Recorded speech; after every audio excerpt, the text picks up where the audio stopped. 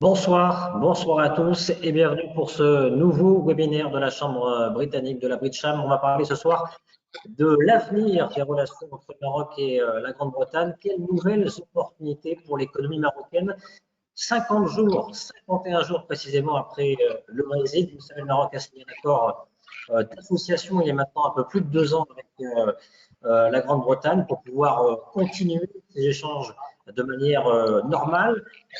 Une fois le Brexit enclenché, on est donc en plein dedans. Désormais, la question, c'est le futur. Quelles nouvelles opportunités? Va-t-on aller vers un accord de libre-échange? Quel partenariat, notamment industriel, peut-il émerger dans ce volet dans les prochains mois ou dans les prochaines années? On va bien sûr répondre à toutes ces questions ou tenter d'y répondre ce soir avec des intervenants de marque. Mais sans plus tarder, je vais donner la parole au président de la Chambre britannique, Stéphane Orr, qui a un petit problème de webcam aujourd'hui, mais qu'on a le plaisir d'accueillir en mode radiophonique. Bonsoir Stéphane. Bonsoir à tout le monde.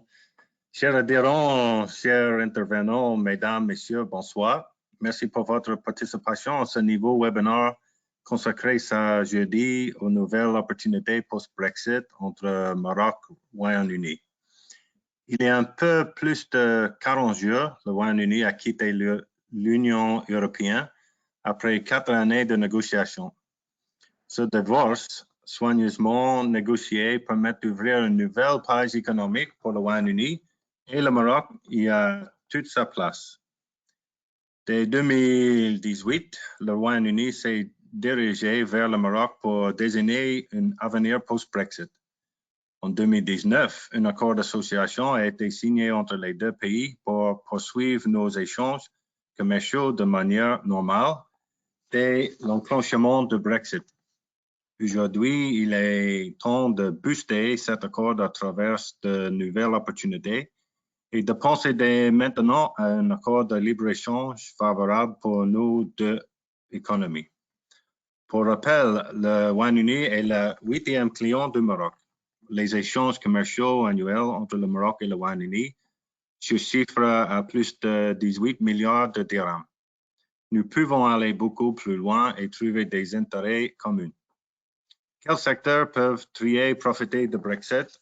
Quelle coopération économique nos deux pays peuvent mettre en place et surtout quelles opportunités? Pour répondre à ces vastes questions, deux intervenants de premier plan nous accompagnent ce soir. Mon grand ami, M.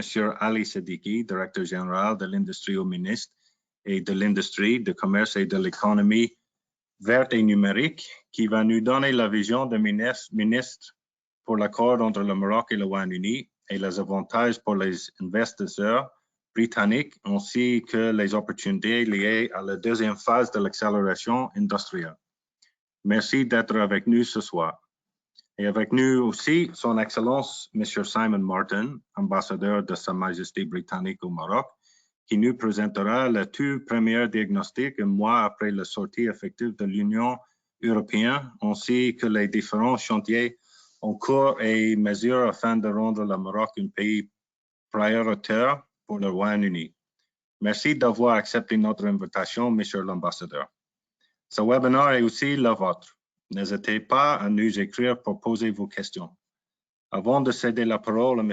Landry Benoit, journaliste et animateur à Atlantic Radio, je tiens à remercier nos fidèles partenaires OCP Group, Spirit Aerosystems, Bank of Africa, Maroc Clear, Cosumar, CIH Bank pour le soutien indéfectible. Bon webinaire à tous. Merci beaucoup Stéphane Orr, président de la Bridgesham, que l'on retrouvera bien sûr dans ce webinaire pour réagir bien évidemment à nos deux panélistes qui nous font le plaisir de nous accompagner ce soir. Donc monsieur l'ambassadeur Simon Martin, que l'on va rejoindre dans quelques minutes, et Ali Siddiqui, qui est donc le directeur de l'industrie au ministère de l'Industrie, du Commerce, de l'économie verte et du numérique. Alors c'est vrai qu'on peut se réjouir, Ali Siddiqui, bonsoir. Bonsoir Landry. On peut se réjouir parce qu'on a reçu 4 millions de doses du vaccin AstraZeneca aujourd'hui, vaccin britannique, on le rappelle. Ça fait du bien de savoir qu'on peut compter sur nos amis anglais en toutes circonstances. C'est le cas, effectivement. La relation est au beau fixe, je le confirme.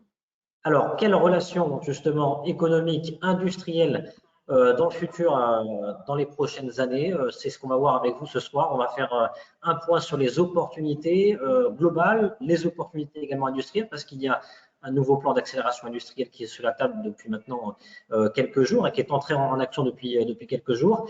Et puis, comment le Maroc peut renforcer sa position de hub africain à travers cette coopération avec le Royaume-Uni? C'est ce que nous allons voir avec vous. D'abord, peut-être pour dresser le tableau, Alice Sedeki, que représente aujourd'hui le Royaume-Uni en termes d'implantation et de création d'entreprises au Maroc et en termes d'emploi également? Est-ce qu'on a les chiffres? Est-ce que vous avez de la visibilité par rapport à ça? Alors écoutez, Landry, c'est une excellente question parce qu'on sait que la relation est une relation qui est une relation historique, qui date. On a des relations entre nos deux royaumes qui ont été d'abord des relations commerciales et qui ont marqué des générations d'entrepreneurs marocains. Et pourtant, quand on fait le bilan, on se rend compte qu'il n'y a, en tout cas pour mon périmètre qui est celui de l'industrie, pas d'entreprise aujourd'hui, à date, qui produisent et qui sont à capitaux britanniques. Donc, il y a évidemment des échanges, évidemment eu des relations qui ont pu être très fortes, notamment dans le secteur textile, et on pourra en parler tout à l'heure, développer le sujet où on aura de nouvelles opportunités qui s'offriront à nos opérateurs du secteur. Mais force est de constater que pour la partie industrielle, qui est la mienne du moins, nous n'avons pas aujourd'hui d'implantation forte. Nous avions des accords, enfin, plutôt des accords. Nous avons eu des groupes qui étaient partiellement britanniques. Nous avons eu Bombardier, par exemple, qui était très proche de son entité sœur de celle de Belfast. Donc, il y avait des passerelles qui commençaient à se créer. Néanmoins, on constate que nous n'avons pas, à date, encore enregistré d'implantation majeure dans le domaine industriel venant du Royaume-Uni.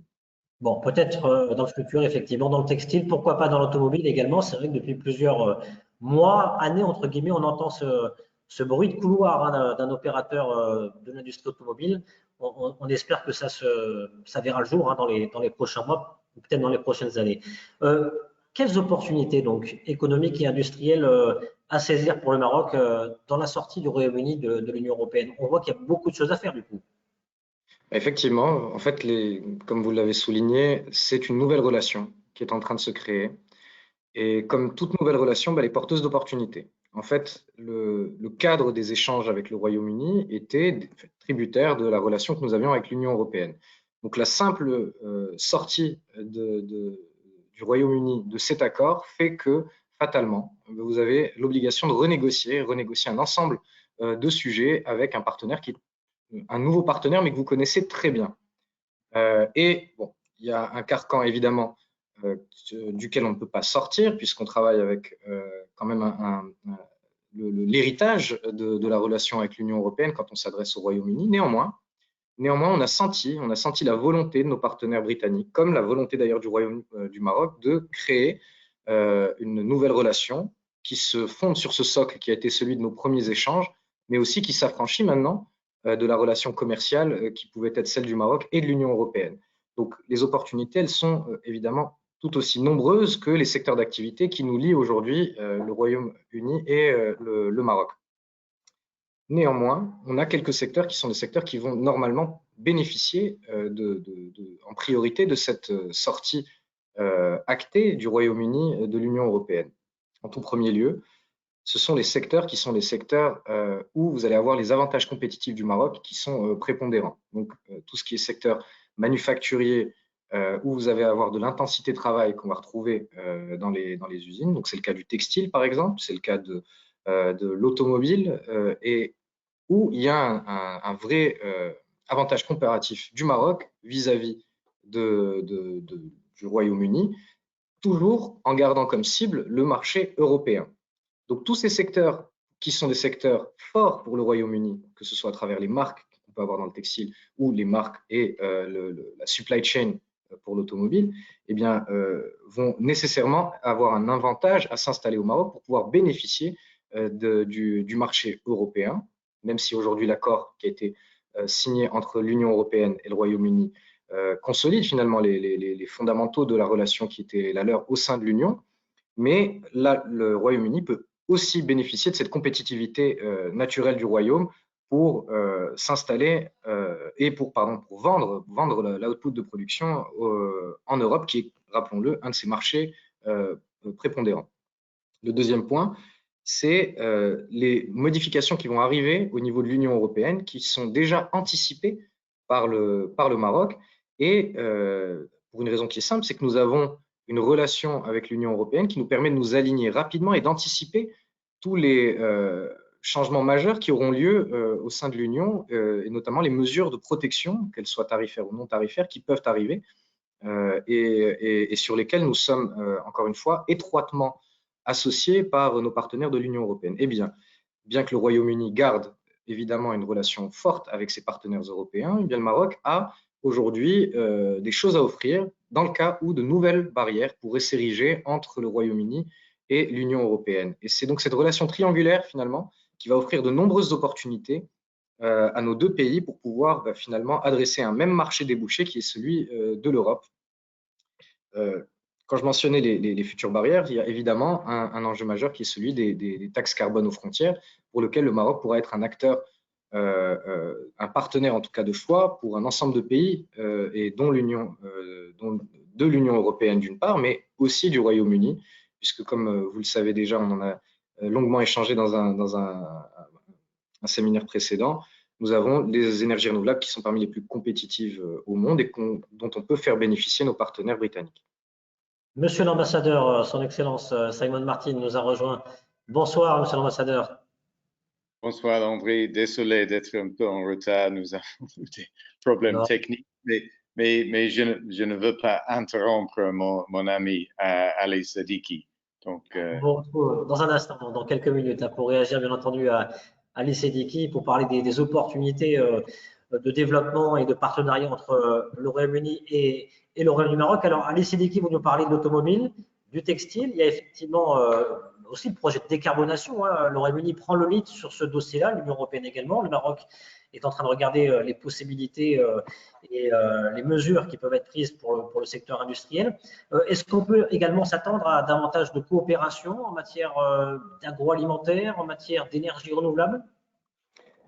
J'y venais, Landry, justement, j'ai mentionné le textile et l'automobile. Il y a un secteur qui est évidemment un secteur phare, qui est celui de l'agroalimentaire, et en premier lieu, d'abord, son amont, qui est l'agriculture.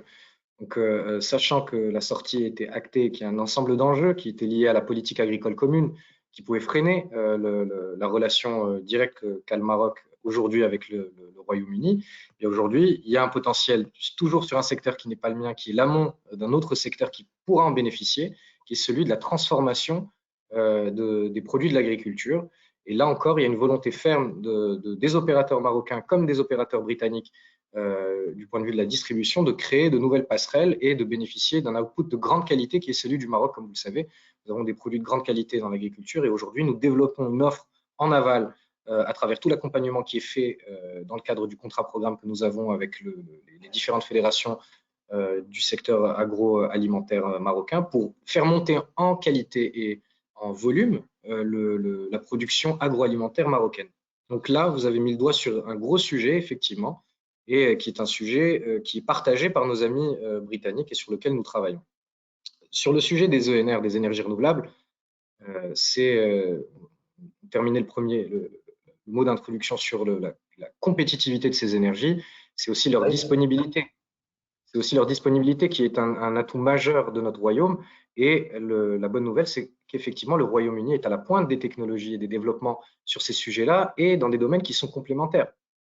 Donc, nous avons également une industrie maintenant de l'exploitation et de la production de ces énergies renouvelables. Force à nous de créer de nouveaux partenariats pour qu'il y ait une véritable compensation industrielle de l'exploitation de ces ressources-là et qui viendrait bénéficier à nos fabricants et fabricants britanniques. Alors, Ali Siddiqui, c'est vrai que le Maroc entame, je le disais tout à l'heure en introduction, depuis le 1er janvier, son plan d'accélération industrielle 2.0, si on peut dire ainsi, avec notamment des visions sur la décarbonation, sur l'économie numérique. Selon vous, que peuvent apporter les entreprises et les investisseurs britanniques à travers cette deuxième phase du plan d'accélération industrielle? La deuxième phase du plan d'accélération industrielle vise à activer ce qui a été impulsé par Sa Majesté le Roi, qui est d'essayer de faire monter en gamme et d'améliorer la création de valeur réalisée par le royaume. Donc, cette montée en gamme dont on parle très souvent, elle se concrétise par le fait de développer une industrie à plus forte valeur ajoutée. Qui dit plus forte valeur ajoutée, dit plus fort contenu technologique. Donc, la complémentarité, elle paraît évidente. C'est aujourd'hui le degré de sophistication de l'industrie britannique bénéficiera nécessairement cette stratégie qui vise précisément à se développer sur des maillons plus importants de la chaîne de valeur, ou en tout cas avec une plus forte valeur ajoutée. On a fait un excellent, en tout cas à notre sens, un très bon travail sur le développement d'une base industrielle au Maroc. L'enjeu maintenant, c'est d'aller encore plus loin et d'aller chercher des briques qui sont des briques plus technologiques, qui viennent renforcer l'intégration de nos filières et qui sont d'ailleurs aussi plus énergivores. Donc là encore, la boucle est bouclée. On retrouve le besoin en énergie de ces industries qui consomment moins d'opérateurs et de techniciens spécialisés, mais davantage d'ingénieurs et d'énergie. Et ça, ce sont des sujets qui sont extrêmement bien maîtrisés par des pays comme le Royaume-Uni. Donc la complémentarité, elle s'active de fait à nouveau, avec le potentiel qu'offre le Maroc aux entreprises britanniques par l'ouverture de notre économie, avec les différents accords de libre-échange que nous avons, le tremplin que nous représentons aussi pour l'Afrique subsaharienne et ses marchés, la connaissance que le Maroc et que les opérateurs marocains ont de ces marchés-là, aujourd'hui peut-être mise au service de groupes qui précisément viendraient chercher au Maroc, d'une part sa compétitivité, mais aussi les opportunités d'affaires qui sont offertes parce que précisément le Maroc veut intégrer de nouveaux chaînons de nos chaînes de valeur qui sont des chaînes de valeur maintenant de plus en plus complexes, comme celle de l'automobile, de l'aéronautique et demain de la mobilité électrique. Et donc, on a vraiment l'ensemble des ingrédients pour réussir un partenariat solide et puis surtout qui est tourné vers le futur. Alors justement, Ali Siddiqui, je suis un investisseur britannique, on va jouer le jeu. Qu'est-ce que vous me diriez? Quels sont les avantages que me propose le Royaume du Maroc pour pouvoir venir investir ici, en dehors de cette position de hub, bien entendu, hub africain? En dehors de la position de hub, qui est quand même une proposition de valeur majeure pour un pays comme le Royaume-Uni, et notamment qui a une ferme intention de se développer, je le rappelle, sur le continent africain, ça a été dit par le gouvernement britannique, qui a un enjeu de développement très important sur le continent africain, et notamment en Afrique occidentale, où la présence, où l'héritage culturel est peut-être moins prononcé que pour des pays d'Afrique de l'Est. Donc, il y a déjà une véritable porte d'entrée pour une géographie ou un périmètre qui aujourd'hui a été moins connu de nos partenaires britanniques. Ça, c'est le premier point. Le deuxième point, c'est la compétitivité. Alors, ce n'est pas un gros mot, la compétitivité. Quand on dit ça, on peut être attaqué avec une stratégie qui est dit non, mais attention, il ne s'agit pas uniquement que de coûts. Eh bien, c'est précisément la stratégie du Maroc. Il ne s'agit pas uniquement que de coûts. La compétitivité, c'est un mélange, et on a à nouveau échangé souvent sur ce sujet-là. C'est un mélange de qualité et de coût. Et donc, le Maroc a fait le choix de développer la qualité parce qu'il y a des enjeux sociaux, il y a la volonté de développer le pays et l'ensemble de la population et que les fruits les bénéfices de cette stratégie industrielle puissent bénéficier à l'ensemble de la population de manière équitable. Donc, on a la volonté de monter et de faire monter avec nous les compétences marocaines. Donc, ce qu'on offre, c'est un mélange. C'est un mélange c'est ce qu'on appelle, et que mon ami Stephen Orr lui-même appelle régulièrement, c'est du best cost, voire du world class, mais avec des coûts qui sont des coûts extrêmement compétitifs. Quand vous regardez aujourd'hui le nombre de sites que nous avons qui sont dans des industries de pointe, justement. On a inauguré hier une société, une entreprise aéronautique qui fait de l'usinage de pièces moteurs circulaires d'avions. C'est peut-être le type d'usinage le plus compliqué dans le secteur aéronautique et c'est une usine qui fonctionne avec 100% d'ingénieurs marocains, 100% marocaines et tout le développement s'est fait par les équipes locales de ce fournisseur de pièces de moteur. Eh bien ça, c'est aujourd'hui l'offre de valeur marocaine. C'est la qualité de son capital humain et c'est tout le travail sur la compétitivité qui englobe, certes, des salaires moins chers que ceux qui sont en Europe, mais toujours plus chers que ce que vous allez trouver dans d'autres pays africains et même certains de nos voisins. Le Maroc aujourd'hui est plus cher, paye mieux que les salaires tunisiens, que les salaires en Égypte. Et donc, mais reste quand même en deçà de ce qui est pratiqué aujourd'hui dans des pays européens et notamment au Royaume-Uni. Mais la compétitivité, c'est aussi la qualité de l'infrastructure dans laquelle vous opérez. Quand vous regardez aujourd'hui les routes marocaines, la qualité des aéroports, la qualité des ports que nous avons, le port de Tangemet, qui est le plus grand port au sud de la Méditerranée à date, le plus grand port d'Afrique. Donc ça fait partie, c'est intrinsèque aujourd'hui de l'offre de valeur marocaine. Et nos amis du Royaume-Uni en ont besoin. Le dernier point, vous parliez qu'est-ce qu'apporterait le Maroc dans cette équation, dans cette nouvelle équation, c'est la même complémentarité que nous avons à date avec beaucoup de pays développés. Le Maroc a une complémentarité démographique dont on ne parle pas suffisamment, mais qui est extrêmement importante. Le Royaume-Uni s'est lancé dans une stratégie d'importation de main-d'œuvre à un moment avec des pays d'Europe de l'Est. Mais il n'y a pas de complémentarité démographique. C'est que l'âge médian en Europe de l'Est est de 46 ans, quand il est même plus jeune en Europe occidentale qui est de 44 ans. Donc vous avez une population d'un côté qui vieillit et de l'autre une population qui est jeune, en âge de travailler et surtout disponible. Donc il y a une complémentarité immédiate. Vous ne pouvez pas, et ce serait d'ailleurs la stratégie d'aller faire ce qu'on appelle du brain drain ou de la fuite des cerveaux ou de l'opérer avec le Royaume-Uni peut fonctionner évidemment parce que c'est attractif comme pays. Il y a beaucoup de pays européens qui activent ça de manière sérieuse avec le Maroc et donc on voit beaucoup de nos ingénieurs partir pour l'Europe. Mais l'intérêt pour ces pays-là, c'est plutôt que ces ingénieurs puissent rester chez eux, travailler chez eux dans de très bonnes conditions. Et c'est un intérêt qui est mutuel, puisqu'ils pourraient bénéficier d'une réelle compétitivité en développant ces compétences-là dans leur pays d'origine. Donc ça, c'est la formule marocaine aujourd'hui, elle est là. C'est vraiment au-delà, évidemment, des grands arguments qui sont la stabilité politique, la stabilité économique, puisqu'on rappelle, on ne touche pas à notre monnaie, on est un pays qui a des fondamentaux macroéconomiques stables, mais c'est vraiment ce capital humain, cette ressource humaine qui est précieuse, de qualité, jeune, disponible et en âge de travailler. Donc, c'est ce qui peut faire défaut de plus en plus à des pays qui sont à un excellent niveau technologique, qui continuent de développer énormément, d'innover, mais dont la force de travail est en train de diminuer sans que pour autant l'automatisation ait pris le relais. Donc, vous allez vous retrouver avec des pays qui deviennent de plus en plus high cost, qui ont des technologies aujourd'hui qui sont concurrencées par des grands géants que sont la Chine, l'Inde, qui disposent à la fois des technologies et des coûts. Donc, pour des pays comme le Royaume-Uni, le Maroc est un relais de croissance majeur.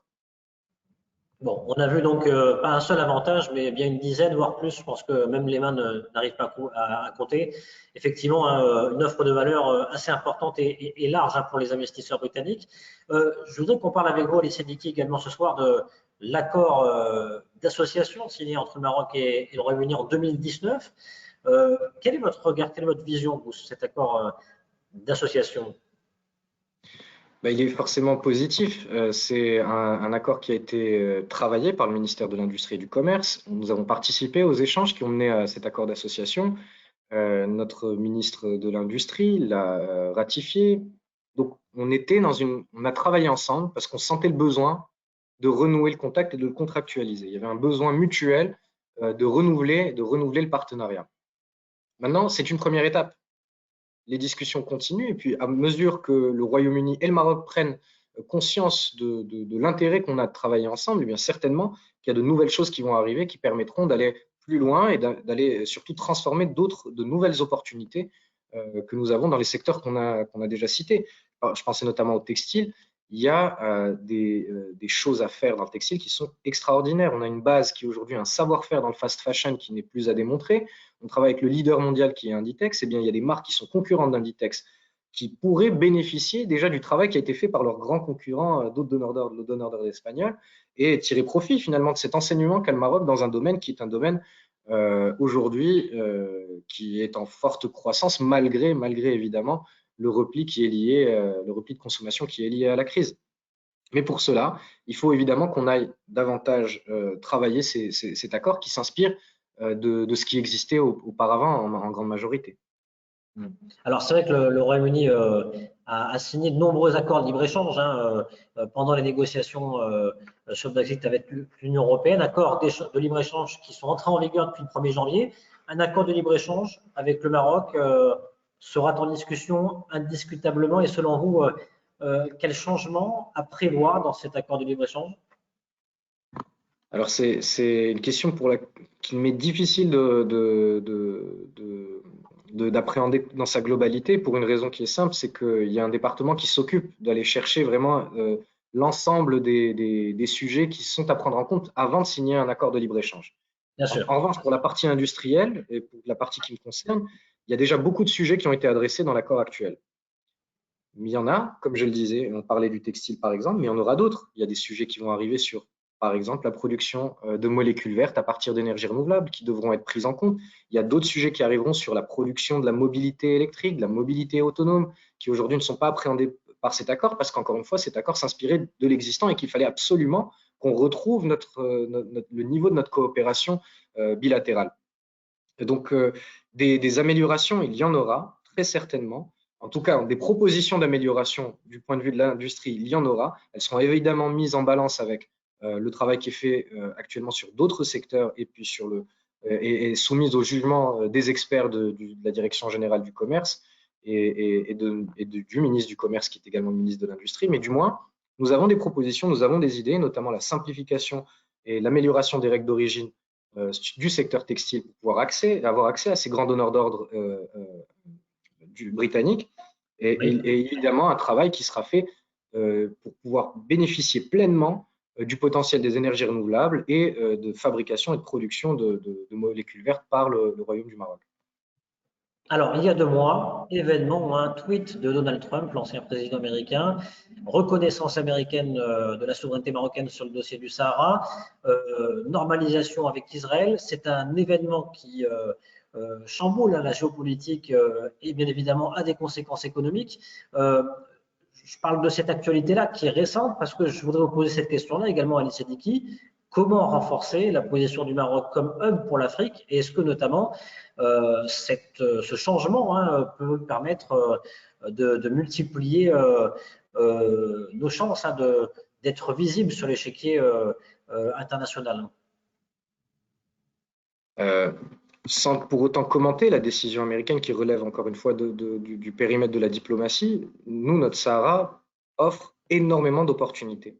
Le Sahara marocain regorge de ressources qui sont des ressources pour la transformation, la conserverie et qui sont aujourd'hui bien appréhendées par des acteurs marocains. Et donc, il y a des potentiels partenariats à développer avec des opérateurs déjà installés. Et comme je le disais, le potentiel de l'Afrique subsaharienne dans le domaine agroalimentaire est extrêmement important et à mettre en perspective avec tous les développements dans le cadre des accords de la ZLECAf, dont pourront bénéficier nos partenaires du Royaume-Uni s'ils prennent position et s'installent au Maroc. Et ensuite, il y a l'enjeu des ENR, des énergies renouvelables. Il y a un grand projet, il y a eu énormément d'investissements qui ont été faits dans le Sahara marocain pour développer et désenclaver la région. Il y a des projets d'infrastructures portuaires majeurs pour connecter les provinces du Sud, le Maroc, au reste de l'Afrique subsaharienne, encore mieux connecter notre pays et ses voisins africains. Donc, il y a évidemment énormément de choses à développer et les investisseurs du Royaume-Uni sont plus que les bienvenus pour venir regarder de leurs propres yeux ce qui est fait actuellement, le plan de développement qui est attendu et surtout pour ne pas rater des opportunités que d'autres opérateurs étrangers pourraient savoir saisir. Et c'est bien que vous souleviez le point parce que là encore, c'est un domaine d'expertise. Parce qu'on parle de projets qui sont à forte technologie, d'énergie renouvelable, de puissance éolienne à installer dans le sud. Ben ça, c'est exactement des secteurs qui sont des secteurs bien appréhendés, bien maîtrisés par nos partenaires britanniques. Donc, beaucoup d'opportunités à saisir, que ce soit dans le secteur de l'agroalimentaire, le secteur des énergies renouvelables, le développement de molécules vertes ou l'utilisation de ces molécules vertes pour produire un ensemble de produits qui sont intenses en énergie. Merci beaucoup, Ali Seddiqi. Vous restez bien sûr avec nous. Beaucoup de questions déjà sur notre fil. On les prendra dans quelques minutes, juste après l'intervention de Monsieur Simon Martin, ambassadeur de Sa Majesté britannique au Maroc, et l'intervention de Monsieur Stéphane Orr, le président de la BRICAM. Son Excellence Simon Martin est avec nous. Rebonsoir. Rebonsoir, André, et encore une fois, désolé d'être un peu en retard. Mais non, ce n'est pas un problème. C'est un plaisir toujours de vous accueillir. et de vous voir. Comment allez-vous? Très bien, merci. Je suis, ce moment de retour de Marrakech. Oui. Et là, j'ai vu de la présence commerciale britannique en aidant le relancement de l'économie locale. Et c'est très, très important de voir cette manière dans laquelle la présence qui est déjà ici, britannique, dans ce bel pays, C'est une bonne nouvelle. c'est comment dit-on, en action. Mais on parle aujourd'hui du futur et je suis très heureux de vous rejoindre ce soir. Également, c'est un plaisir. En tout cas, bonne nouvelle, effectivement, de voir toujours les investisseurs et les acteurs britanniques mobilisés, notamment pour l'économie marocaine. Alors, Samuel Martin, c'est vrai que ça fait maintenant pratiquement 50 jours que le Royaume-Uni est sorti de l'Union européenne. Plus d'un mois après cette sortie, vous, quel premier diagnostic vous en faites? Bon, merci Landry. En premier,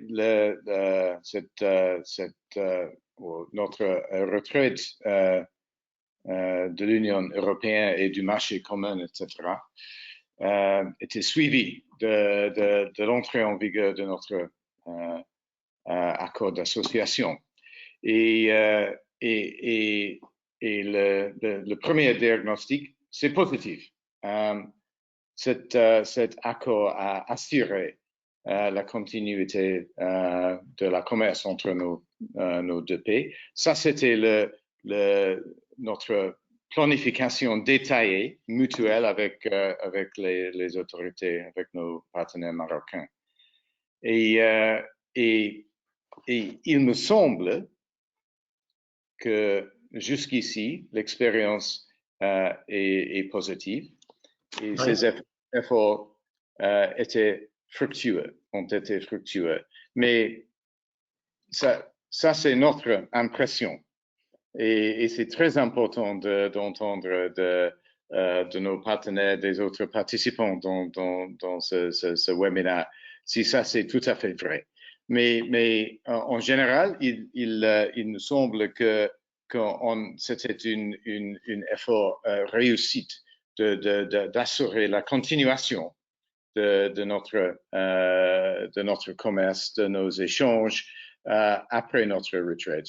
Mais après ça, d'ici, nous avons la possibilité d'avancer notre relation. Et ça, c'est aussi pour nous très important. Et on entend beaucoup d'envie et d'optimisme dans la voix de Ali Seddiqui, le directeur général de l'industrie qui intervenait juste avant vous et qu'on retrouvera dans quelques instants. Vous, monsieur l'ambassadeur, quels sont selon vous les challenges majeurs de l'après-Brexit? Bon, donc c'est évident que maintenant les challenges, les défis majeurs maintenant sont la relance économique après le Covid. Ça, c'est la reprise économique. Ça, c'est le défi pour tous les pays. Et ça reste extrêmement difficile. Mais c'est aussi une opportunité pour nos deux pays. Relancer nos économies et d'une manière durable ayant égard à la question de changement climatique et le COP26 dont nous serons dans la présidence en novembre en Glasgow. Mais malheureusement, ça a été reporté, on le rappelle, à cause du Covid. Elle devait avoir lieu en novembre dernier, elle aura lieu cette année. Oui, mais on peut dire un avantage. On a encore une année pour bouger l'opinion internationale et nous avons maintenant dans la Maison Blanche un président dont une des premières décisions était de rejoindre l'accord de Paris, de rejoindre les efforts mondiaux pour renverser la climatisation, le changement climatique. Et donc, non, on marche ensemble. Mais pour les challenges, pour les défis en commun, peut-être ça vous mentionner le secteur touristique. Parce que, comme je l'ai mentionné, j'étais ce matin à Marrakech. C'est une ville qui manque les touristes beaucoup, puis qui est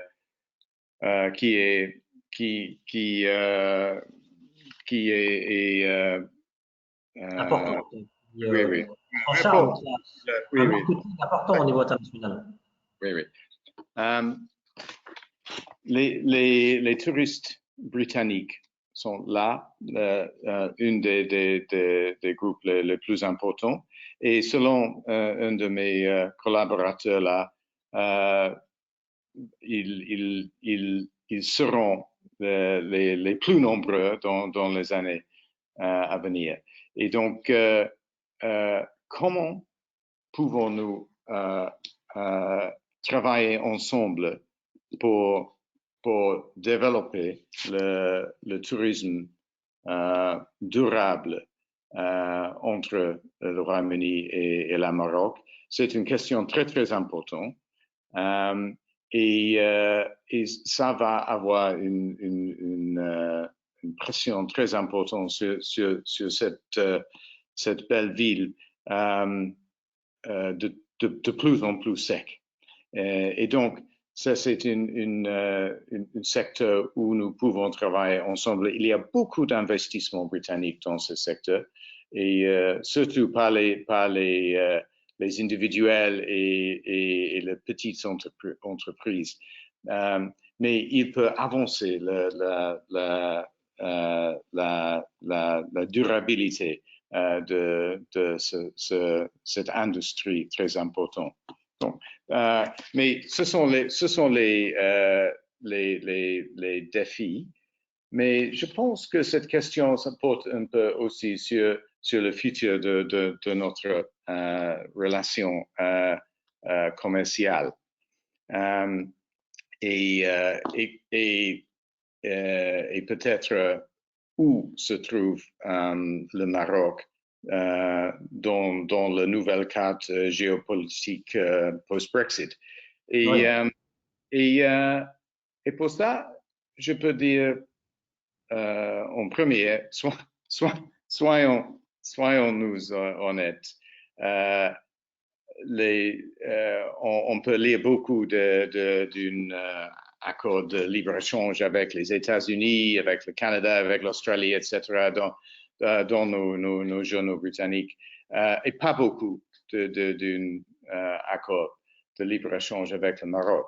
Mais la raison pour ça, c'est peut-être que ce sont les marchés bien connus, anglophones, bien sûr, mais aussi, ils sont les marchés traditionnels pour les entreprises britanniques avec lesquels nous n'avons pas d'accord de libre-échange déjà. Et nous avons un tel accord, c'est l'accord d'association, mais c'est une espèce c'est la première étape très importante d'un accord de libre-échange. Donc, ça existe toujours. Ça existe déjà. Ça déjà existe. Et donc, le défi, et c'est un défi très, très bienvenu pour nous, comment pouvons-nous, ensemble avec et en synchronisation avec nos partenaires marocains, comment pouvons-nous construire cette future relation économique. Et comment peut-on augmenter et faciliter cet élargement de nos échanges commerciaux et d'investissement. Ça, c'est un défi parce que personne ne l'a fait. Personne ne l'a jamais fait. Mais aussi, c'est une possibilité très, très passionnante et dans lequel nous pouvons travailler pas seulement d'une manière gouvernement à gouvernement, mais avec le secteur privé aussi. Monsieur l'ambassadeur Samuel Martin, on peut s'attendre dans les prochaines semaines, sans doute prochains mois, à des visites de ministres, malgré la situation Covid où c'est très compliqué, pour discuter de cet accord de libre-échange? Ou alors ça va être des webinaires, ça va être des Zooms et compagnie? Oui. Donc, oui, après l'entrée en vigueur de ce nouvel accord, nous avons, il y aura probablement dans les 2 mois devant nous la première réunion officielle. Ça a un son un peu bureaucratique, mais de haut niveau dans le cadre de cet accord, pour lancer les structures dans lesquelles nous pouvons commencer à changer les structures qu'on a, comme on dit en français, inherit. On a qu'on a repris de l'accord d'association entre le Maroc et l'Union européenne.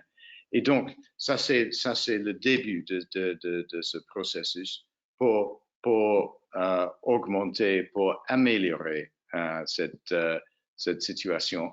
Et la première réunion ministérielle va se passer, j'espère, dans les prochains mois, dans l'avenir proche. Ici au Maroc ou au Royaume-Uni? Elle doit être au Royaume-Uni, mais en ce moment, c'est un peu difficile de visiter le Royaume-Uni et vice-versa.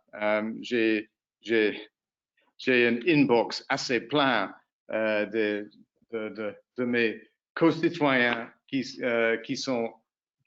ont un cadre de séjour ici, mais qui sont bloqués là-bas au Royaume-Uni, et aussi des étudiants et d'autres personnes marocaines qui sont là. C'est une situation très, très sérieuse pour eux, mais tout le monde comprend la raison pour ces restrictions, et on essaie de changer cette situation assez tôt que possible. Bien sûr. Mais donc la première réunion doit se passer virtuellement, ça c'est certain. Monsieur l'ambassadeur, quels chantiers sont en cours justement pour renforcer ces relations entre le Maroc et le Royaume-Uni? Oui, donc on commence par ce chantier dont je viens de parler, ce chantier gouvernemental, mais je pense que ça c'est pas le chantier le plus intéressant pour cette société, cette compagnie. Mais nous aurons les échanges entre nos institutions pour le secteur privé et donc du côté marocain, ça veut dire le BRICAM et le CGEM. Et pour nous, ça veut dire pour moi et aussi pour Ali, pour nos amis marocains dans le gouvernement, ça c'est la source de l'information, la vraie information et l'information courante en ce qui concerne les ambitions, les espoirs et les, de nos entreprises, mais aussi en ce qui concerne les barrières de monter, d'élever le niveau de nos échanges. Mais il y a quelque chose de très, très important ici. Pour moi et pour Ali, nous avons l'espoir de baisser et d'enlever les barrières.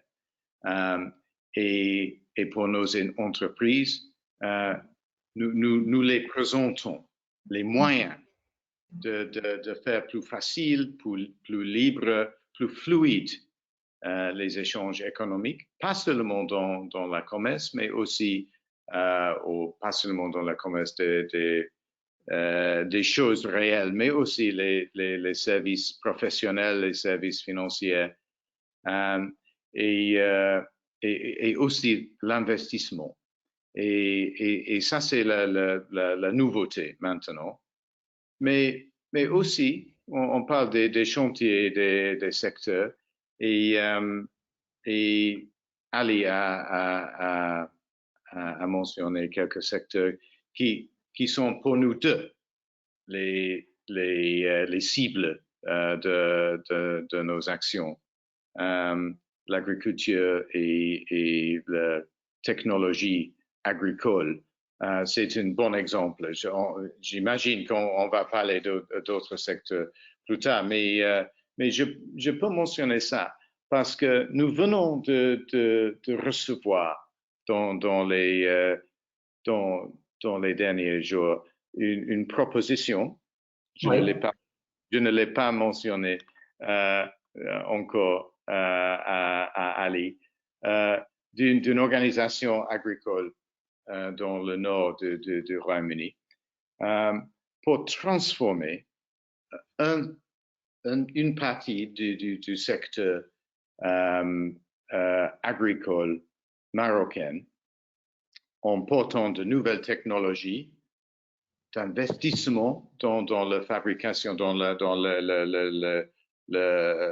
pour processer des produits laitiers et en même temps de réduire le besoin, la consommation de l'eau pour ce secteur de l'agriculture marocain et pour permettre l'utiliser dans d'autres la production d'autres produits alimentaires qui n'ont pas besoin autant de l'eau. Et on a beaucoup de pluie dans le nord de la Grande-Bretagne. Et ça, pour moi, c'est un exemple d'un chantier où on peut vraiment collaborer avec le secteur privé, avec le secteur public, avec l'investissement gouvernemental et privé, et de profiter de la différence, de la complémentarité de nos deux pays. Et pour moi, c'est dans de tels champs où on peut imaginer une future beaucoup plus riche, plus diverse pour nos deux économies. Donc, on voit il y a des opportunités intéressantes dans le domaine agritech, mais pas seulement, l'investissement. Alors, j'ai vu quelque chose qui m'a impressionné. D'ailleurs, je voulais vous féliciter, Samuel Martin, parce que franchement, la City de Londres, ce qu'elle vient de faire en rachetant le service d'information de Reuters, c'est absolument exceptionnel. La bourse de Londres qui devient de plus en plus une bourse de data, de données, qui prend les devants sur la scène mondiale. C'est vrai que ces derniers mois, on critiquait beaucoup la City.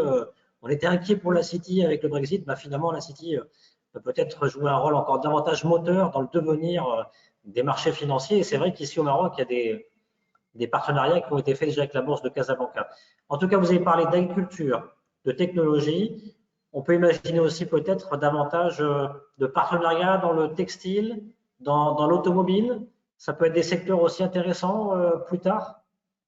Oui, oui, oui. Non, ça existe toujours. Oui, les fabricants, les pièces de voitures et d'avions, etc. Ils font une très grande partie de nos échanges des deux côtés. On va entendre de Steven en quelques minutes du secteur aéronautique et donc je laisse là. Mais toujours, on profite de cette complémentarité dont je parle de nos deux économies pour voir l'échange dans les deux directions. En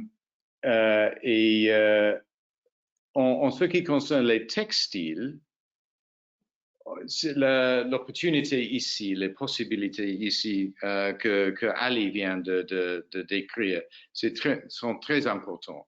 Il y a beaucoup de dessins technologiques des vêtements chez nous. Ça, c'est notre forté. Il y a de la production, de la fabrication des vêtements assez bon marché dans quelque part du Royaume-Uni, mais en général, on a exporté ce processus au marché moins cher. Mais en particulier pendant la pandémie, on a conclu que les chaînes de fournissement, les supply chains, très longues, ils représentent un risque. Et surtout dans le secteur de la mode, quand on change les besoins très vite. J'ai visité une usine à Tanger il y a 2 semaines, Oui. dont la plus grande partie de ses clients sont britanniques.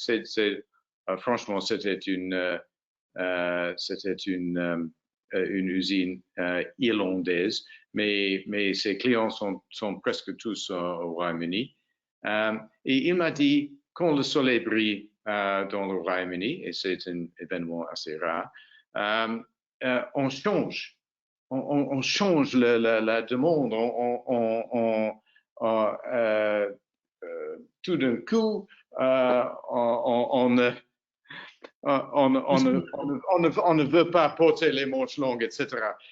Mais parce qu'ils ont maintenant échangé la technologie pour dessiner les vêtements en ligne et les envoyer en ligne et les transférer en production en 2 ou 3 jours. On peut faire ça et pour réagir au marché britannique d'une manière qui serait impossible pour la concurrence, même en Europe de l'Est ou en Turquie, et certainement dans l'Orient. Et donc, on peut imaginer beaucoup plus de ça. Et de cette espèce de fabrication. Profitons des avantages comparatifs des deux économies. Merci beaucoup. Simon Martin, vous voulez réagir encore une fois? Allez-y. Hein. Pardon? Vous vouliez dire quelque chose? Il me semblait vous avoir coupé. Ah, pardon, je ne sais pas qu'est-ce que vous n'avez pas entendu, mais non, on peut imaginer cette tendance cette espèce de collaboration dans la fabrication, peut-être dans le secteur textile ou dans des secteurs similaires, ça va accroître au sein du process de soi-disant nearshoring. Ça veut dire faire plus court les chaînes de fournissement, de supply chain. Oui. Et ça, pour moi, c'est une possibilité énorme pour le Maroc. Et on va encourager ça. Et donc, je le laisse là. Merci beaucoup, Simon Martin. Effectivement, on imagine que cette crise Covid est forte en leçons et que davantage d'entreprises britanniques regarderont le Maroc dans les prochains mois, dans les prochaines années, pour venir s'implanter ici et pour raccourcir cette supply chain. Stéphane Orr est avec nous, le président de la Bridgecham, par micro, par voix audio. Rebonsoir. Oui, je suis là. J'ai mon chef de technologie à côté de moi, mais il ne peut pas fonctionner la caméra aussi. Voilà. Ce sont les aléas du direct, comme on dit. Voilà, les vieux avec les technologies, c'est pas un bon mélange. Merci. Alors, c'est vrai que vous avez une double casquette, Stéphane Orr, hein, puisque vous êtes aussi vice-président de Spirit Aérosystème Maroc et président de la Bridgecham. Comment vous avez perçu cet accord d'association et quel avenir post-Brexit selon vous entre le Maroc et le Royaume-Uni?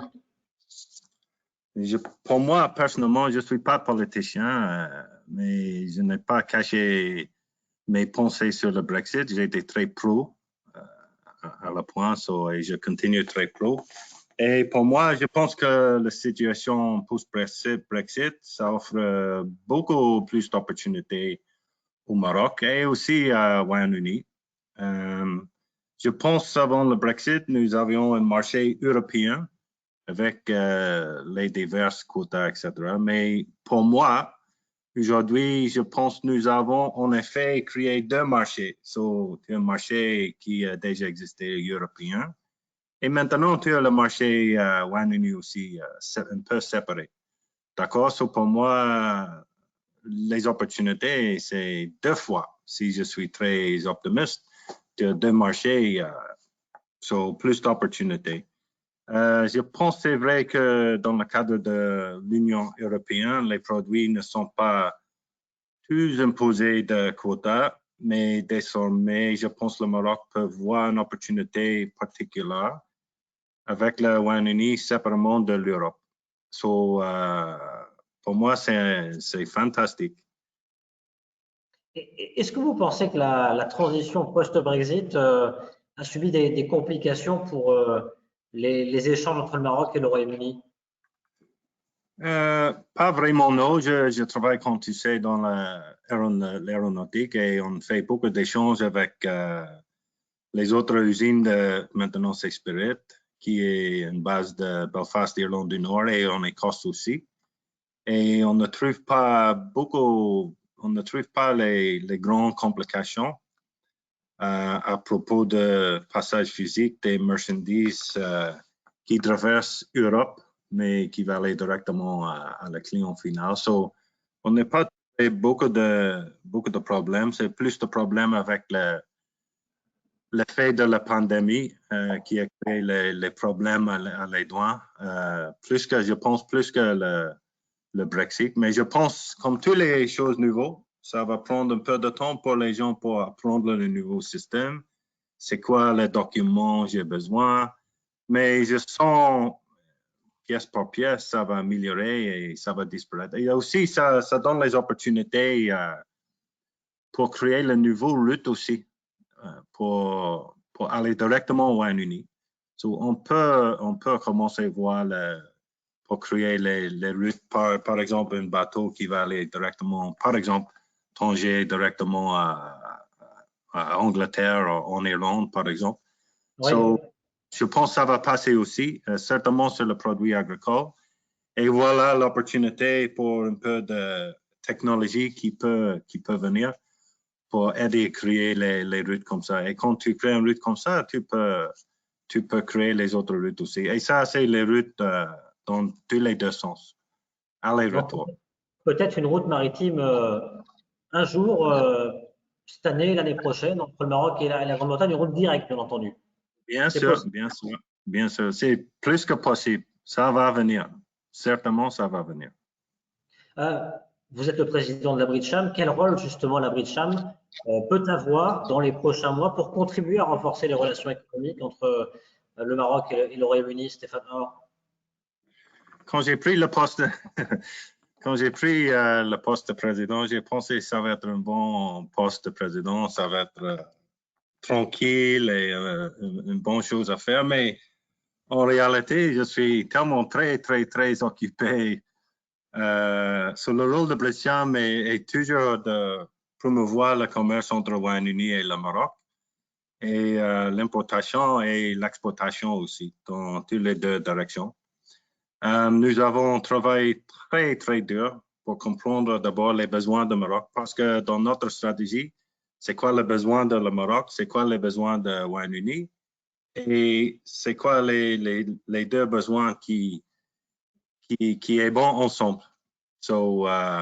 Et après ça, tu as besoin de créer les opportunités pour les gens dans tous les deux sens pour parler ensemble et pour faire un peu de brainstorming et pour voir toutes les possibilités qui existent.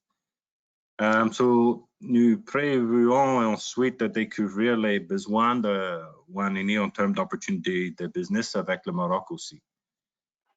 Nous nous sommes concentrés sur beaucoup de secteurs, notamment finance. L'éducation, on n'a pas parlé beaucoup sur l'éducation ce soir, mais l'éducation, pour moi, c'est une très bonne chose pour une stratégie long terme. Et Ali Siddiqui, elle a parlé avant sur la qualité. Mais pour moi aussi, j'ai trouvé c'est la qualité des employés, la qualité de mes employés, bien sûr, et les autres employés aussi.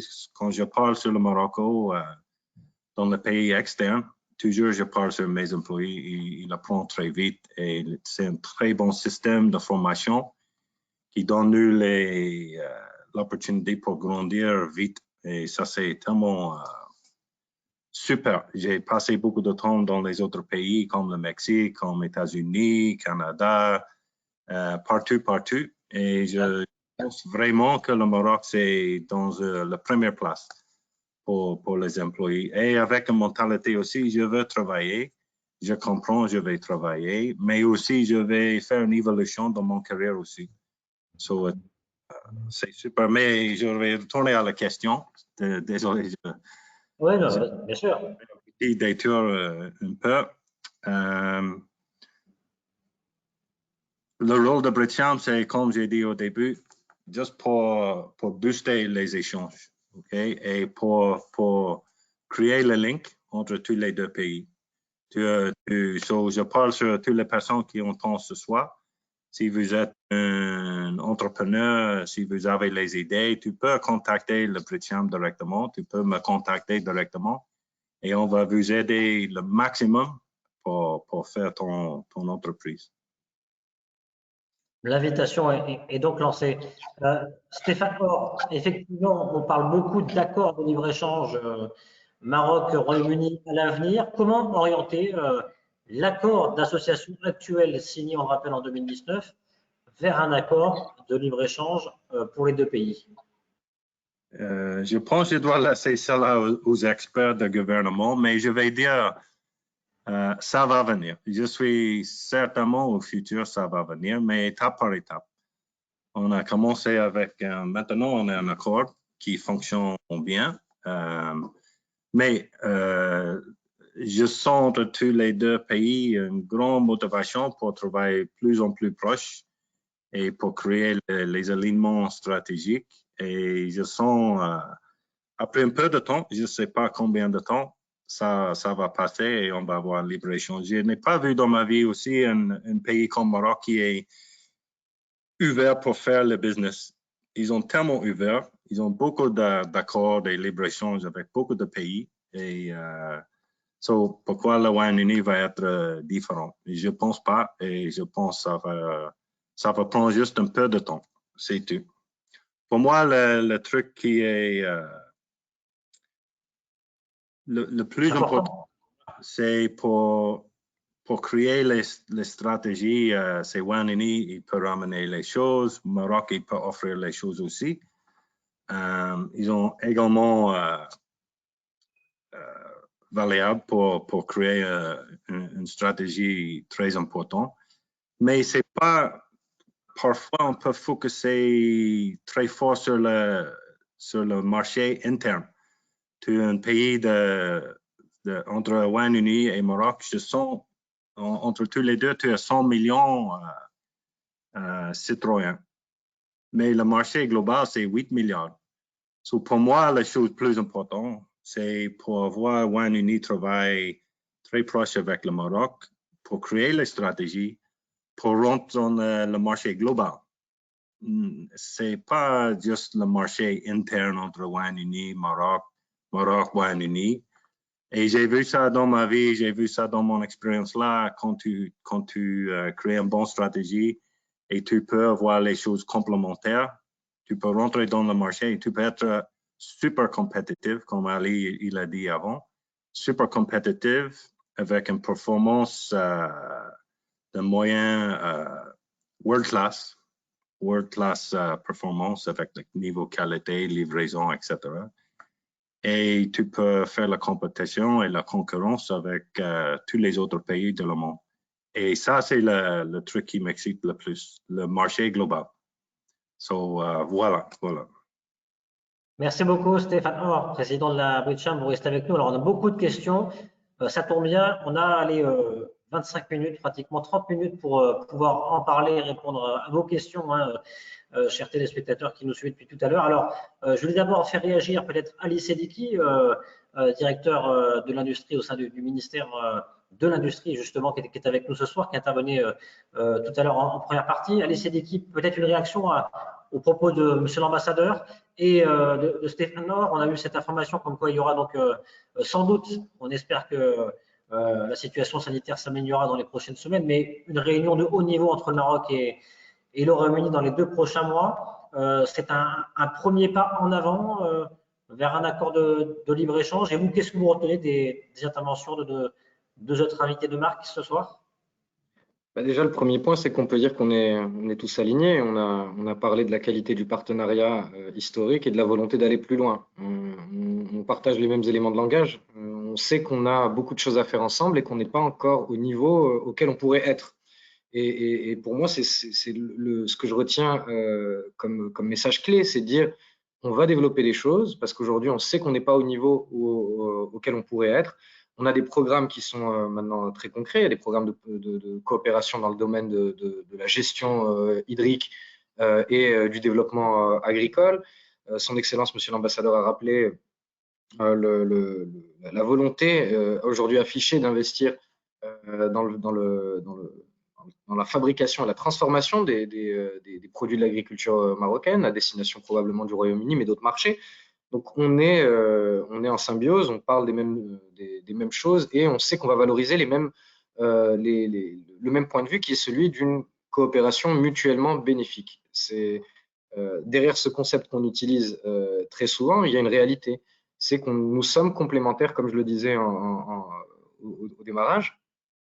Et ce sentiment est partagé par, que ce soit Steven, qui vit au Maroc, qui a vécu, qui connaît évidemment le Royaume-Uni, qui a travaillé, mais qui a travaillé et dont le regard est très important. Son expérience, elle est fondamentale parce qu'il a eu un regard qui était un regard neuf sur le pays, puisqu'il arrivait sans le connaître.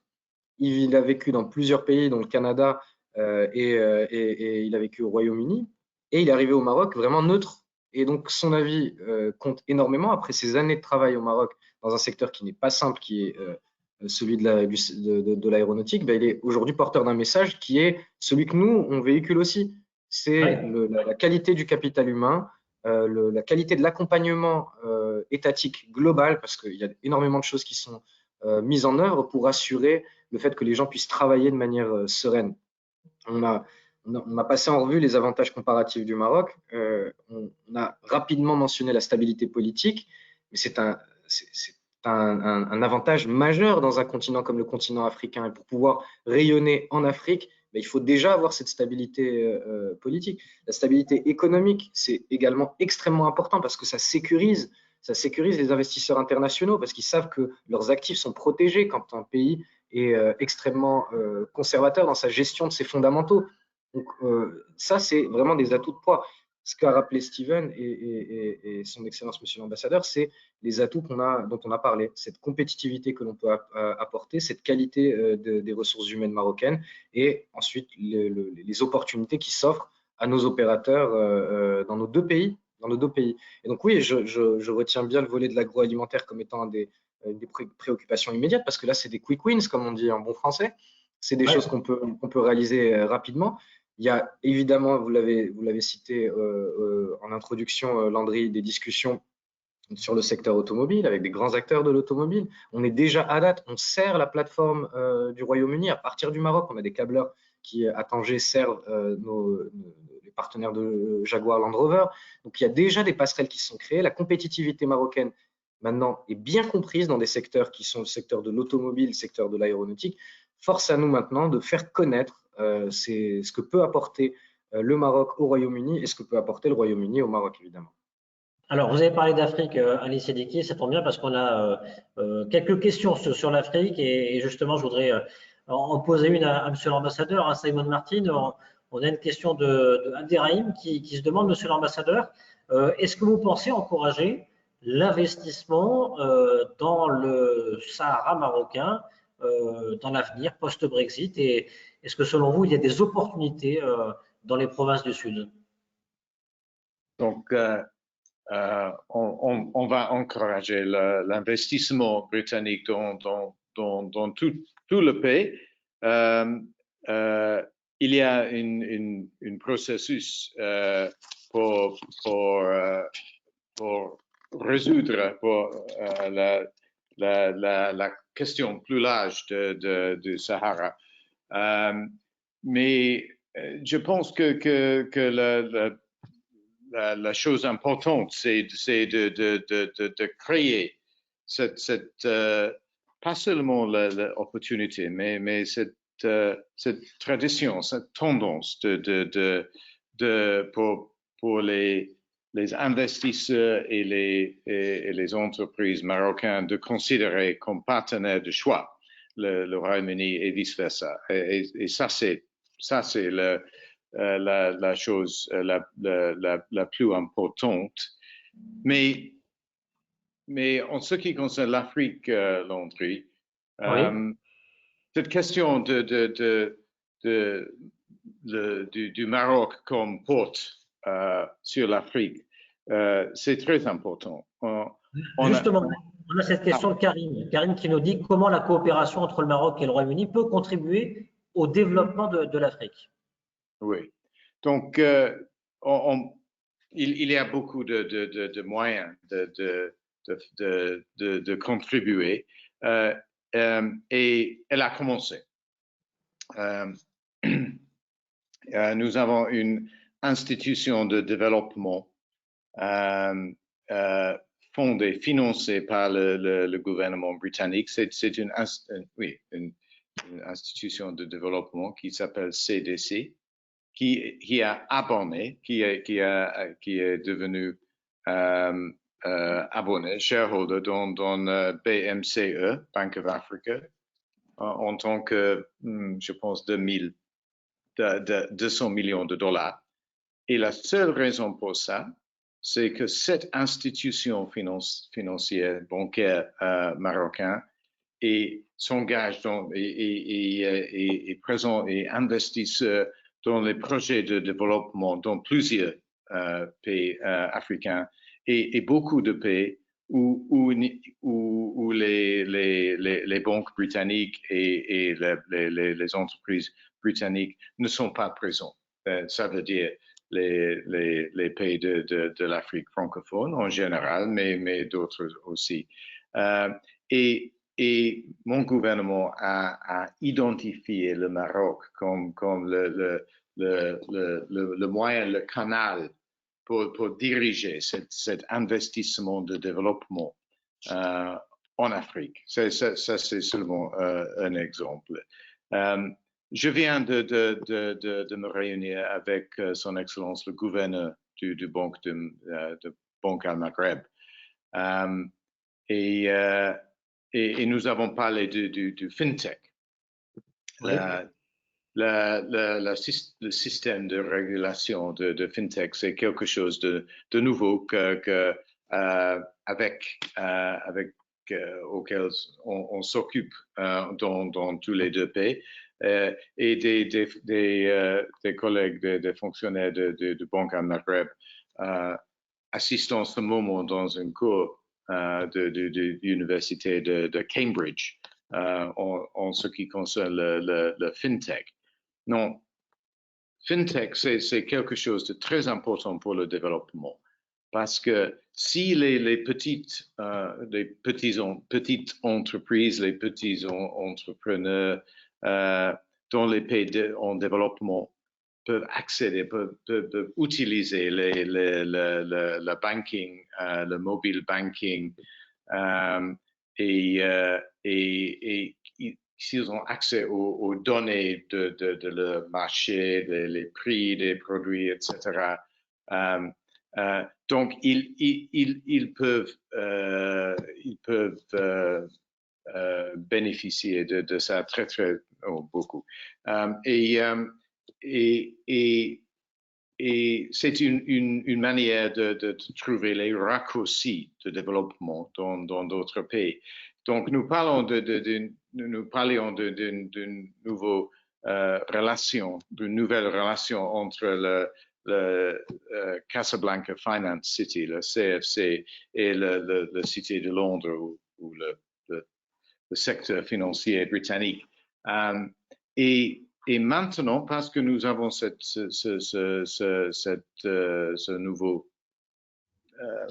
cette nouvelle manière de collaborer, nos deux gouvernements, on a la possibilité de changer les termes, les règles de nos échanges dans ce secteur pour contribuer à la développement de l'Afrique. C'est quelque chose de très intéressant et très palpitant pour les entreprises dans les deux pays pour profiter de l'expérience partagée en autres pays africains. Simon Martin, merci beaucoup. Les FinTech, effectivement, importantes donc pour le développement économique et pour la multiplication des échanges à l'avenir entre opérateurs, entre investisseurs. Alors, je disais, on a beaucoup de questions. On a une question de Adil que j'ai posée sans doute à Ali Sediki, et puis peut-être que Stéphane pourra réagir. Adil qui nous pose la question suivante: quelles sont les opportunités de partenariat dans le secteur automobile? Alors, on parlait effectivement peut-être un jour d'un constructeur automobile britannique qui vient de s'implanter ici. On l'espère, mais aujourd'hui, concrètement, vous le disiez tout à l'heure, Ali Sediki, il n'y a pas d'entreprise 100% britannique dans le domaine industriel qui est implantée. À quel type d'entreprise britannique on pourrait s'attendre dans le domaine de l'automobile, selon vous, à l'avenir? Déjà, il y a une spécificité de la fabrication automobile britannique et des constructeurs britanniques qui explique que finalement, on les retrouve moins quand il s'agit de servir d'autres plateformes hors des plateformes qui sont les leurs. Donc ça, c'est vraiment une spécificité. Donc, ce qui fait que la vraie locomotive pour amener des équipementiers britanniques, c'est d'avoir un constructeur britannique. Maintenant, le constructeur britannique utilise d'autres équipementiers et ces équipementiers-là sont déjà, pour une grande majorité, présents au Maroc et fournissent actuellement, par exemple, comme je le disais tout à l'heure, JLR.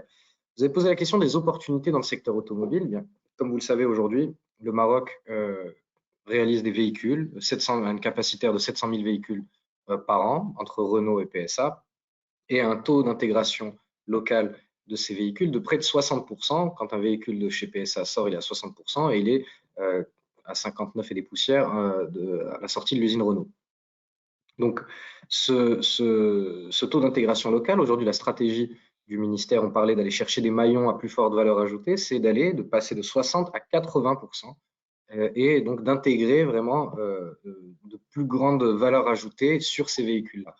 L'enjeu n'est pas simple puisqu'il y a des commodités à fort contenu énergétique, comme on le disait, et donc qui recrutent moins quantitativement, plus qualitativement, et qui sont des industries énergivores. Et donc, on a travaillé au ministère avec les équipes, mes équipes, celles de la direction des industries automobiles notamment, avec les constructeurs, avec les équipementiers, pour essayer de regarder quelles sont les commodités, quels sont les produits, quels sont les métiers qu'il faut qu'on ramène au Maroc, et donc pour pouvoir réaliser ce taux d'intégration de 80%, voire plus dans le futur. Donc, c'est des métiers, comme je le disais, qui sont des métiers qui consomment beaucoup d'énergie, des métiers de fonderie avec des technologies particulières, des métiers qui sont liés à la sidérurgie. Donc, il faut aller chercher aujourd'hui des fonderies aluminium de deuxième fusion, pas de première fusion. Je n'ai pas envie de rentrer dans les détails pour pas être trop technique, mais les opportunités, elles se situent au niveau des maillons des écosystèmes qui sont déjà là et dont le contenu technologique ou le contenu énergétique est plus important. Il y a aussi le volet de l'ingénierie et le développement de l'ingénierie automobile au Maroc. Il y a déjà beaucoup aujourd'hui d'entreprises qui sont installées sur ces segments-là. Et donc là encore, il y a des énormes potentiels au niveau des services d'ingénierie qui pourraient être développés au Maroc. La raison pour laquelle je pense que ça n'est pas encore fait, n'a pas encore été le cas avec le Royaume-Uni, c'est que beaucoup de gens pensent que les Marocains ne parlent pas anglais, ce qui est faux. Alors aujourd'hui, on fait un webinaire, on en parlait en introduction tout à l'heure avant de démarrer le webinaire.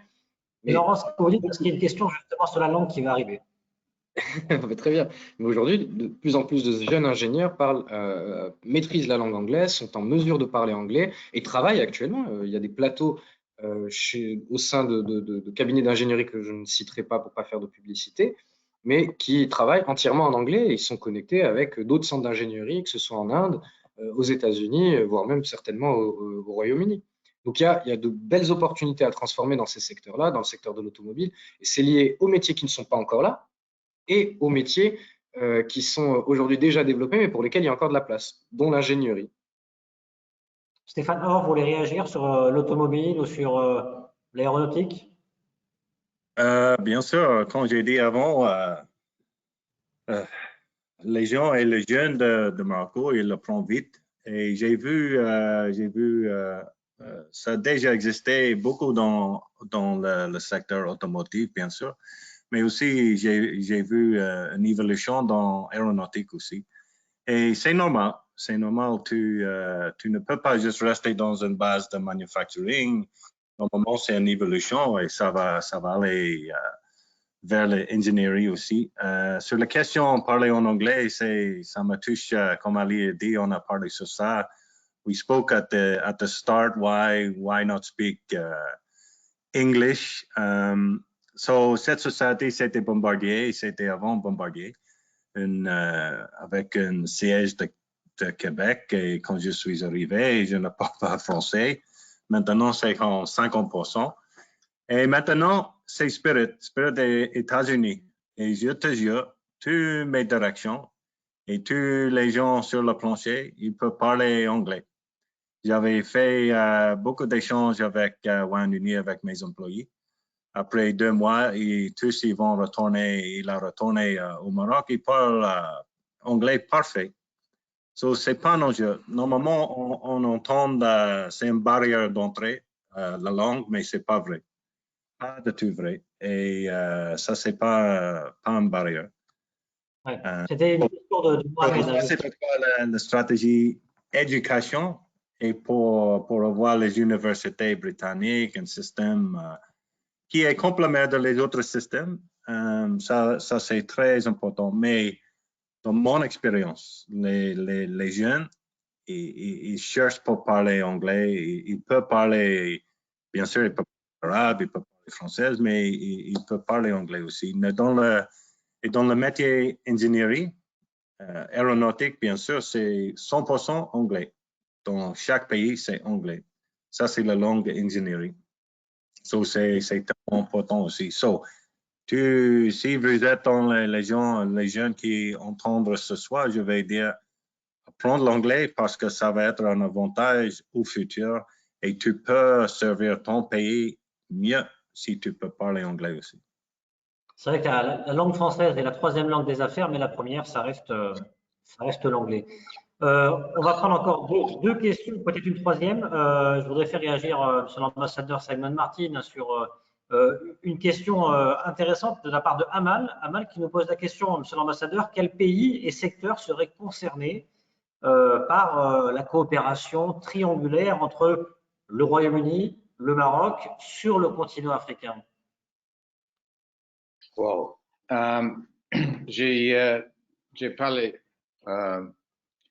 au sujet de la développement en général et j'ai utilisé en tant qu'exemple le FinTech. Mais je mentionnerai surtout, je pense, l'éducation. C'est exactement comme Stephen a dit, ça veut dire il a volé mes mots. L'éducation, c'est un secteur en transformation. Le gouverneur du Banque Maghreb, il est un homme francophone de, je pense, 80 ans, et il m'a dit, on doit attirer les universités, les écoles, etc., britanniques pour éduquer nos enfants dans la langue anglaise. Et il m'a dit que même en 2008, il y avait un sondage des étudiants marocains et 47% de ces étudiants qui répondaient ont dit qu'ils préféreraient d'apprendre en anglais. Et il n'y a pas question de concurrence parce que c'est certain que le français restera la première langue européenne dans ce pays. Mais pour les jeunes Marocains, comme a dit mon ami Stephen, ça signifie qu'ils peuvent opérer en français, en arabe et en anglais, et ça, on peut aller partout. Même les plus grandes entreprises françaises ont adopté la langue anglaise pour la langue de le conseil de le board. Et donc, ça ouvre un nouveau champ d'opportunité. Et j'étais à UM6 SS, je pense, des études sanitaires à Casa il y a quelques semaines. Oui. Et ils veulent commencer à offrir un cours de médecin pour former les médecins marocains dans la langue anglaise.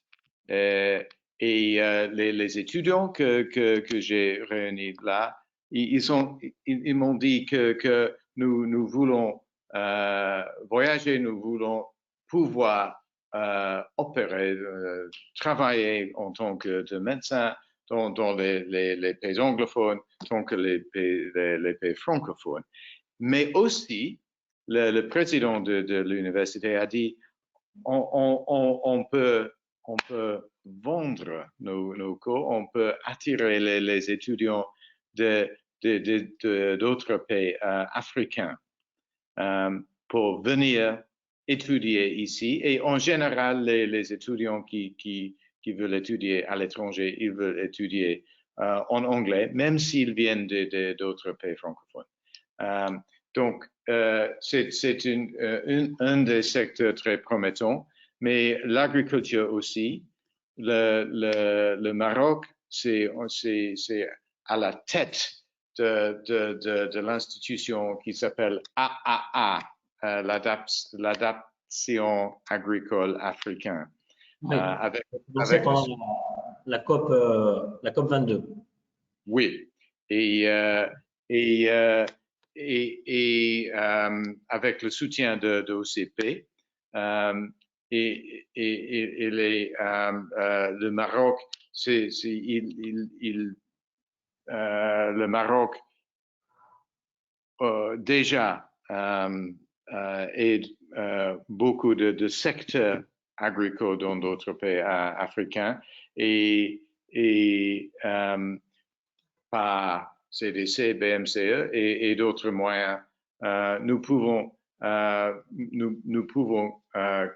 collaborer d'une manière triangulaire dans ce secteur. Il y a d'autres aussi, mais pour moi, les services financiers, l'éducation et l'agriculture sont les trois les plus promettants en ce moment. Alors, peut-être une dernière question. Merci, monsieur l'ambassadeur Samuel Martin. Une toute dernière question à Ali Seddiqui, un directeur de l'industrie au ministère de l'industrie, du commerce, de l'économie numérique. Et, une question de Nabil qui se pose la question suivante. Est-ce qu'il y a des actions de promotion en particulier du ministère dans les prochains mois, cette année en 2021, auprès d'investisseurs ou d'entreprises, d'entrepreneurs britanniques? Oui, absolument, c'est prévu. Déjà, cette première opération est aussi une opération de promotion, mais bon, comme vous le savez, la situation sanitaire rend les déplacements très compliqués, en particulier la situation sanitaire liée aux variants. En revanche, le plan de promotion global de l'offre marocaine prévoyait évidemment de prospecter du côté du Royaume-Uni. Il y a eu beaucoup de choses qui ont été annoncées par d'autres départements. On pense notamment au ministère des Affaires étrangères qui avait participé et fait et travaillé avec le Royaume-Uni pour essayer de faire de la promotion de l'investissement. Et de notre côté, à travers l'Agence marocaine du développement des investissements et des exportations, la MDIE, nous avons évidemment identifié le Royaume-Uni comme étant un marché important et un partenaire pour le développement de l'investissement au Maroc et en Afrique subsaharienne. Donc, la réponse est oui. Par contre, il y a beaucoup d'incertitudes sur le quand et le comment, parce que peut-être que la situation nous permettra de le faire physiquement, mais on a très certainement plus de chances de voir des modèles de plateformes virtuelles se développer, comme ça a déjà été le cas, ou voir des modèles hybrides, comme c'est aujourd'hui également le cas pour la promotion des secteurs. Bon, en tout cas, on voit une volonté commune de la part du Maroc et de la part du Royaume-Uni de travailler ensemble, davantage ensemble, de construire de nouvelles opportunités. On le voit d'ailleurs à travers cette annonce qui a été faite ce soir par son Excellence l'ambassadeur du Royaume-Uni, Samuel Martin, d'une réunion de haut niveau qui aura sans doute lieu dans les 2 prochains mois au Royaume-Uni. Ça sera un événement qui sera très important, sans doute peut-être le plus important en matière politique pour cette année 2021. Merci messieurs, merci monsieur l'ambassadeur, merci Ali Seddiqui de nous avoir fait le plaisir de nous accompagner ce soir. Je vais laisser la parole peut-être à Samuel Martin pour conclure et puis ensuite Stéphane Or. Samuel Martin, 2021, on croise les doigts pour que les relations s'affinent de plus en plus. Oui, et malgré la pandémie, on va voir comment pouvons-nous ensemble profiter des nouvelles possibilités de notre accord d'association. Mais comme je l'ai dit, en collaboration avec nos amis dans le secteur privé qui vont faire la différence pour nous. Nous avons beaucoup de manières de soutenir cette croissance de nos échanges des 2 côtés.